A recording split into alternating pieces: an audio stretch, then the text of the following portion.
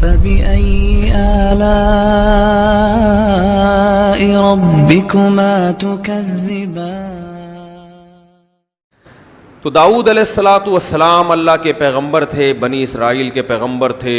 آپ کے ہاتھ میں اللہ نے لوہا نرم کیا. اس کا تذکرہ ہم انشاءاللہ وہاں کریں گے جہاں داؤد علیہ السلام کا باقاعدہ جن صورتوں میں تذکرہ آیا. ابھی تو میں صرف پیغمبروں کی تاریخ تاکہ آپ کو قرآن سمجھنے میں آسانی ہو. تو داؤد علیہ السلام کو اللہ نے نوازا. معذرت کے ساتھ داؤد علیہ السلام نے شادیاں بہت زیادہ کی تھیں. اب اس میں میرا قصور نہیں ہے، انہوں نے میرے بیانات نہیں سنے تھے. لوگ کہتے ہیں شادیوں کو لے آتا ہے، کی تھی تو کیونکہ اللہ نے پیسہ بھی دیا، پیغمبروں کی صحت بھی اچھی ہوتی ہے تو وہ، اور اس زمانے میں 4 کی بھی پابندی جتنی چاہے کرو. تو تورات میں لکھا ہوا ہے، انجیل میں، کہ 700 بیویاں تھیں، واللہ عالم، بہت زیادہ شادیاں کی تھیں. تو اولاد بھی اللہ نے بہت دی. تو انہی اولاد میں اللہ نے ایک بیٹے دیے جن کا نام تھا سلیمان. تو اللہ نے داؤد علیہ السلام کا بیٹا سلیمان کو آپ کا جانشین بنایا. اور سلیمان علیہ السلام کو جو حکومت ملی ہے وہ اپنے باپ داؤد علیہ السلام سے بھی زیادہ پاورفل. اس سے پتہ چلتا ہے کہ ابا کی وجہ سے بھی بسا اوقات بچوں کو نوازا جاتا ہے. ابا اچھے ہوں تو بسا اوقات اللہ ابا کے اچھے ہونے کی وجہ سے بچوں کو بھی کیا کر دیتے ہیں، گریوی میں نواز دیتے ہیں. تو داؤد علیہ السلام کو اللہ نے کیا عطا کیا؟ سلیمان.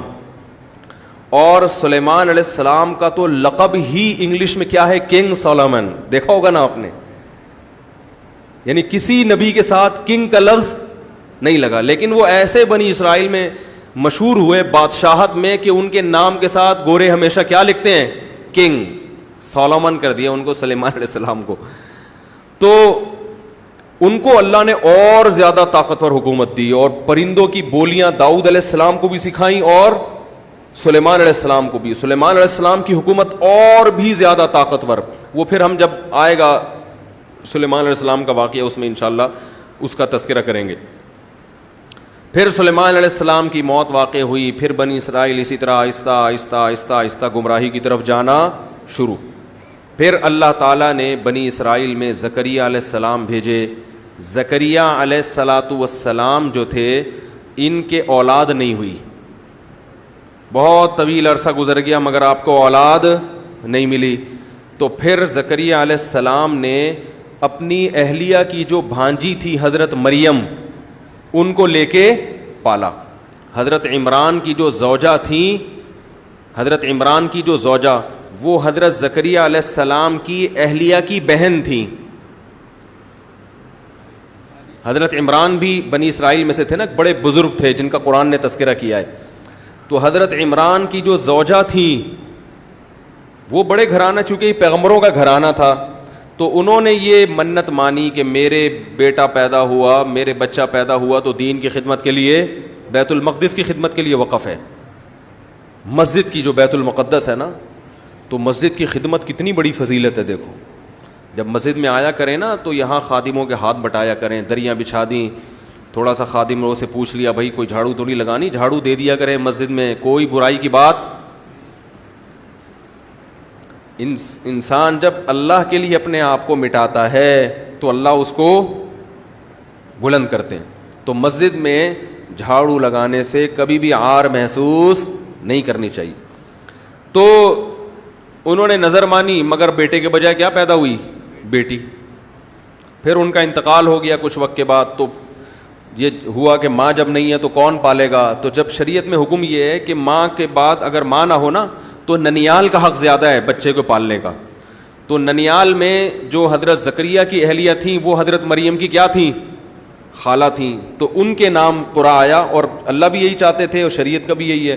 تو پھر حضرت زکریا علیہ السلام نے ان کو پالا، جو کہ حضرت مریم کے خالو تھے. سمجھ رہے کہ نہیں سمجھ رہے؟ پھر حضرت مریم کیونکہ پیغمبروں کی اولاد ہیں، تقوی، ان کی عبادت جس کا قرآن نے تذکرہ کیا حضرت مریم کی پاک دامنی کا، تو اللہ نے پھر ایک معجزہ ظاہر کیا اور بنی اسرائیل کے آخری پیغمبر پیدا کیے، اور وہ ایسے عظیم پیغمبر کہ وہ اتنا بڑا معجزہ کہ حضرت مریم کو نکاح کے بغیر کیا ملا؟ عیسیٰ علیہ السلام. عیسیٰ علیہ السلام. اب چونکہ تہمتیں لگ رہی تھی کہ یہ تو معاذ اللہ نقل کفر ولد الزنا ہے، تو اللہ نے حضرت مریم کی براءت کے لیے حضرت عیسیٰ کو ماں کی گود میں بولنا سکھا دیا، تاکہ ظاہر ایک آزمائش میں اللہ نے ڈالا ہے تو بری کون کرے گا؟ اللہ. تو حضرت مریم پریشان ہیں. یہ سب انشاءاللہ ہم سورہ مریم میں یہ پڑھیں گے آیتیں. ابھی تو تاکہ آپ کو حضرت عیسیٰ کا پس منظر آ جائے، حضرت موسیٰ کا اور داؤد اور سلیمان علیہ السلام، یہ تمام پیغمبر جو ایک دوسرے کی اولادوں میں ہیں، ان کا ایک پس منظر بنی اسرائیل کا آپ کے سامنے آ جائے. تو حضرت عیسیٰ علیہ السلام نے گواہی دی کہ یہ میں اللہ کا بندہ ہوں، آتانی الکتاب، میں ولد الزنا نہیں ہوں، میں تو ایسا پیغمبر ہوں جس کو کتاب ملے گی. پیغمبروں میں وہ پیغمبر جن کو باقاعدہ کتاب ملی ہے ان کا درجہ دوسروں سے زیادہ ہے. اور اس میں اشارہ بھی کر دیا کہ میں قرب قیامت میں نازل بھی ہوں گا. تو پھر بہت سے لوگ ایمان لے آئے. پھر حضرت عیسیٰ کے ہاتھ پہ معجزے ظاہر ہوئے، بہت سارے معجزے. کہا جاتا ہے کہ جتنے معجزے حضرت عیسیٰ علیہ السلام کو ملے ہیں اتنے کسی اور کو نہیں ملے. مردے زندہ ہو رہے ہیں، ٹھیک ہے نا. قم باذن اللہ مردے کو کہتے تھے، وہ اٹھ کے بیٹھ جاتا. وہ قاتل کا پتہ بتا دیتا تھا، یہ ہے، اس نے مجھے قتل کیا ہے، تو بندہ پکڑا گیا. ٹھیک ہے نا. تو حضرت عیسیٰ علیہ السلام کے ساتھ بھی جب یہودیوں نے ناانصافی کی، وہ بنی اسرائیل کے پیغمبر تھے، تو جو ایمان لانے والے تھے ان کو عیسائی کہا جانے لگا. ان میں کچھ بنی اسرائیل، بہت سے بنی اسرائیل کے بھی تھے، لیکن یہودیوں کی اکثریت آپ پر ایمان نہیں لائی. چونکہ ان کی عادت تھی، قرآن بیان کرتا ہے کلما جاءہم رسول بما لا تہوی انفسہم، جب بھی کوئی پیغمبر ایسی بات لے کر آتا جو ان کی خواہشات نفسانیہ کے مطابق نہیں ہوتی تو انکار کر دیتے تھے. ہمیشہ پیغمبر کی زبان سے جب کوئی کلام ہوگا تو پھول جھڑ رہے ہوں گے، ہمیشہ پھول جھڑ رہے ہوں گے.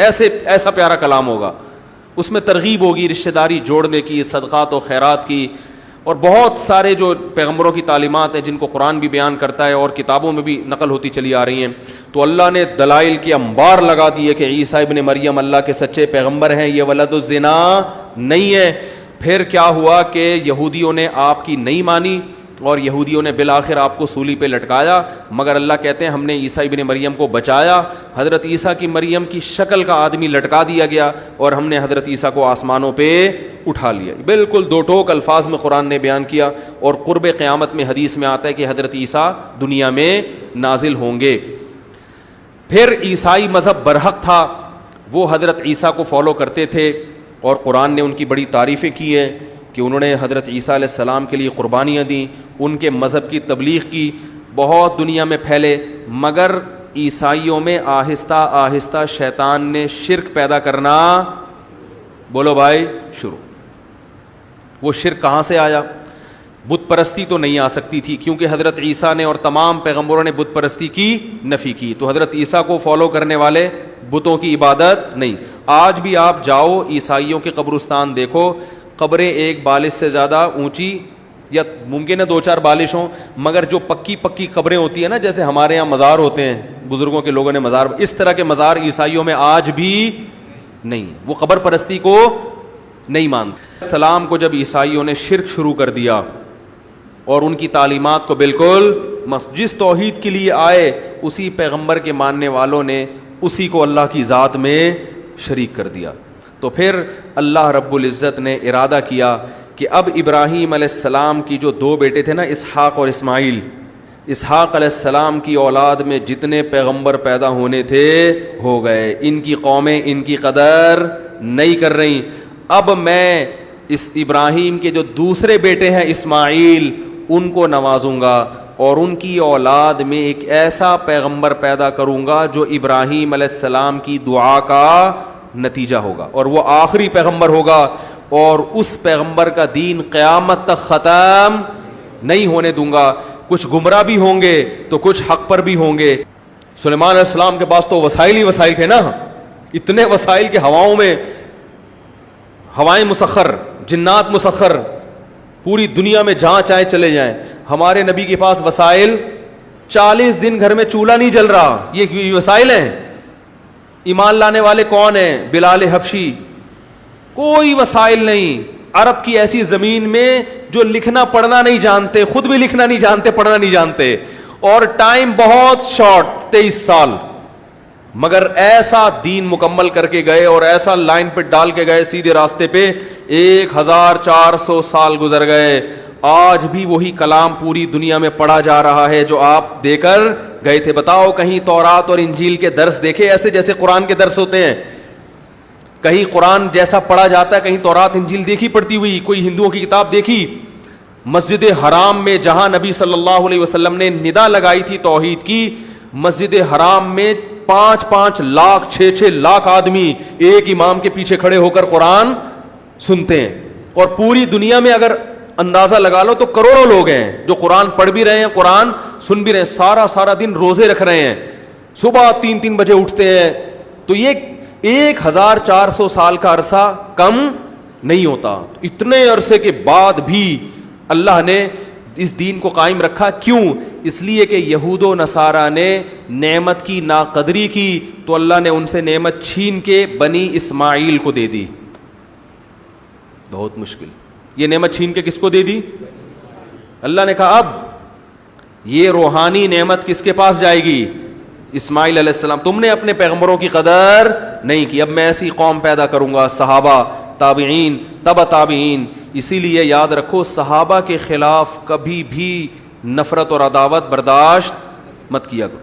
ان کی غلطیاں, ان کی خامیاں وہ بھی اللہ نے معاف کر دی ہیں, ان کی ان نیکیوں کی بیس پر جو وہ کر کے گئے ہیں. سب سے بڑی نیکی اس دور میں محمد صلی اللہ علیہ وسلم پر ایمان لائے, اس دور میں محمد صلی اللہ علیہ وسلم کے ساتھی بنے, اس دور میں محمد صلی اللہ علیہ وسلم کے حامی اور آپ کے دین کے مددگار بنے جب پوری دنیا میں آپ کو ماننے والے بہت تھوڑے تھے.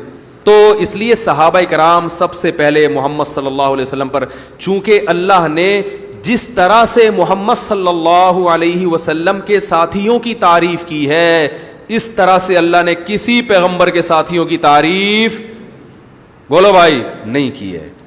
والذین معہ, جو محمد کے ساتھی ہیں, تو ان کی جو اللہ نے جس انداز سے تعریف کی ہے ایسی تعریف اللہ نے کسی پیغمبر کی نہیں کی, کیونکہ اب آخری نبی ہے نا, اب کوئی آپشن نہیں ہے. اب ایسے ساتھی ملیں گے جیسے محمد صلی اللہ علیہ وسلم جیسا اب نبی نہیں آ سکتا, تو محمد صلی اللہ علیہ وسلم کے ساتھیوں جیسے ساتھی بھی نہیں آ سکتے, کیونکہ نبی کے پاس ٹائم تھوڑا ہے. تو آپ کے مشن کی تکمیل کون کرے گا؟